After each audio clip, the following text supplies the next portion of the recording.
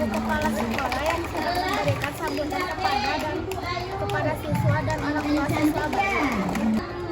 Bapak Rinda SDN Lagada 2. Nah, hari ini mungkin kemarin saya tidak bisa menyampaikan. Nah, hari ini saya dengan senang hati menerima putra-putri Bapak Ibu. Assalamualaikum warahmatullahi wabarakatuh.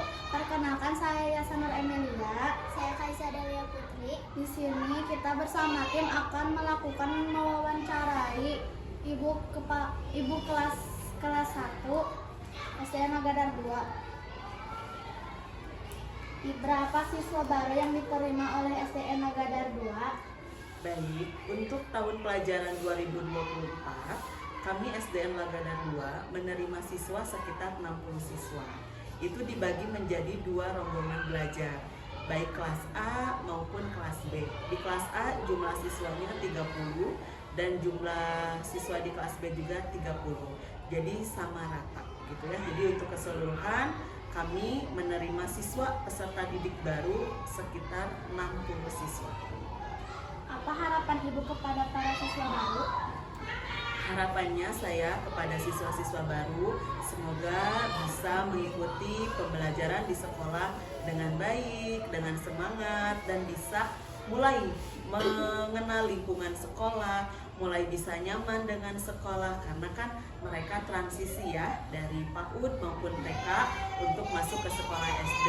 Semoga peserta didik baru ini bisa mengikuti dan bisa beradaptasi secara baik dan secara menyenangkan juga untuk melaksanakan sekolah. Apa saja kegiatan yang dilakukan saat MPLS? Kegiatan yang dilakukan pada saat masa pengenalan lingkungan sekolah itu banyak sekali ya. Kami membuat program-program MPLS selama 2 minggu sejak tanggal 15 Juli sampai hari ini tanggal sekitar 27 Juli ya. Nah, itu kegiatannya banyak sekali, yang terutama memperkenalkan warga sekolah, dari mulai bapak gurunya, ibu gurunya, lalu ibu kepala sekolah, staf di sekolah, lalu ke penjaga sekolah ya, biar anak-anak baru mengetahui siapa saja sih warga sekolah yang ada di SDN Nagadar 2. Setelah itu kita memperkenalkan sarana dan prasarana yang ada di SDN Nagadar 2, dimulai dari kelas, lalu lapangan upacara, lapangan untuk kegiatan berolahraga, dan untuk kegiatan literasinya, contohnya kegiatan membaca buku gitu ya, setiap seminggu sekali.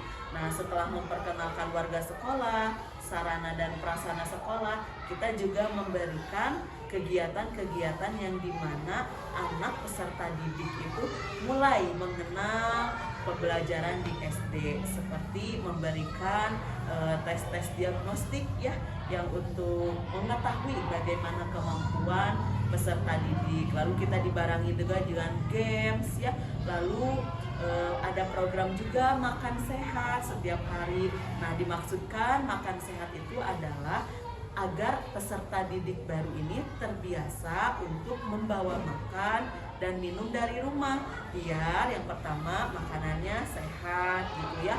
Terus mengurangi sampah juga di sekolah ya, karena membawa tempat makan sendiri. Nah, itu merupakan beberapa secara rangkumannya ya, rangkumannya mengenai kegiatan MPLS tadi gitu ya. Karena setiap harinya itu beda-beda kegiatannya apa saja. Cuman tadi secara garis besarnya otomatis memperkenalkan warga sekolah, memperkenalkan prasarana dan sarana di sekolah, lalu ada masa-masa anak sudah mengenal materi-materi di SD gitu ya, lalu ada program makan sehat ya, sama ada program juga membaca literasi untuk di kelas. Apakah kendala saat pelaksanaan MPLS? Jika ada, apa kendalanya?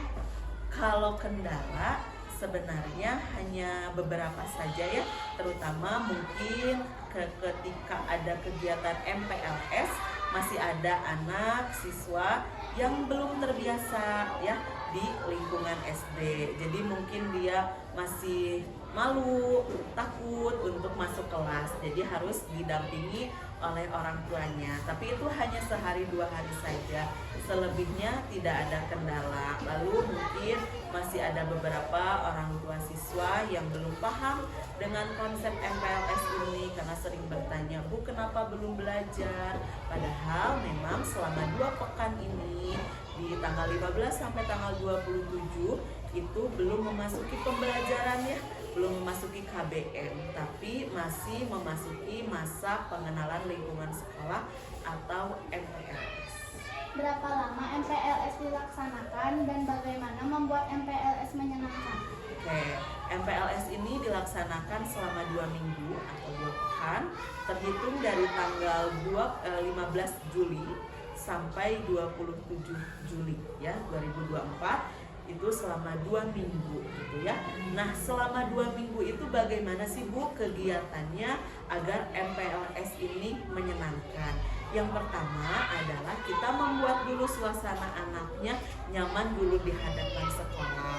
Dengan cara bagaimana? Dengan cara ibu gurunya menyambut peserta didik baru, diberikan semangat, diberikan senyuman yang hangat agar oh aku diterima di sekolah ini, ibu gurunya baik, bapak gurunya baik dan ramah gitu ya. Jadi kita buat dulu anak merasa nyaman di sekolah.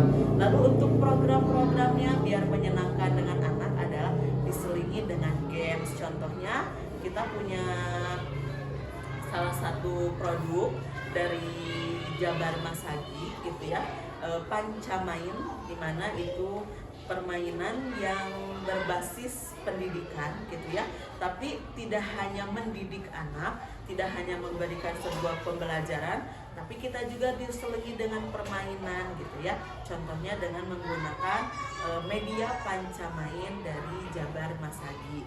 Jadi untuk teknisnya bagaimana MPLS menyenangkan itu diselingi dengan games yang edukatif gitu ya. Jadi bukan hanya sekedar game saja, tapi diselipi dengan edukasinya juga. Siapa saja yang terlibat dalam MPLS? Yang terlibat dalam MPLS tentunya banyak ya. Seluruh warga sekolah juga terlibat dalam MPLS, ibu kepala sekolah, guru-gurunya, lalu orang tua juga di sini terlibat ya, lalu tentu pasti peserta didik ya. Dari semua komponen itu semua bekerja sama untuk bisa membuat MPLS ini berjalan lancar dan tentu untuk mencapai tujuan. Tujuannya apa MPLS ini? Tentu saja tadi ya, bagaimana peserta didik baru ini bisa mulai transisi. Transisi itu artinya dia meninggalkan PAUD dan bisa melaksanakan sekolah di sekolah yang baru, sekolah jenjang dasar ya, dengan baik dan bisa mengikuti dan bisa beradaptasi dengan lingkungan yang baru. Apakah MPLS wajib dilaksanakan siswa baru? Tentu MPLS ini wajib ya, karena supaya peserta didik baru ini bisa mengenal dulu lingkungan sekolahnya ya, mengenal dulu dengan ibu bapak gurunya, lalu mengenal dulu dengan materi-materi yang ada di SD. Jadi kalau tidak mengikuti MPLS, takutnya peserta didik ini kaget gitu ya, mengapa langsung di sini, karena kan beda sekali gitu ya, bagaimana di PAUD, bagaimana di SD, ada beberapa perbedaan yang tidak harus langsung kita terapkan kepada peserta didik baru, tapi dimulailah dari masa-masa MPLS selama 2 minggu ini. Kita membiasakan kebiasaan di SD itu seperti ini, cara belajarnya beda, misalkan materinya juga beberapa beda.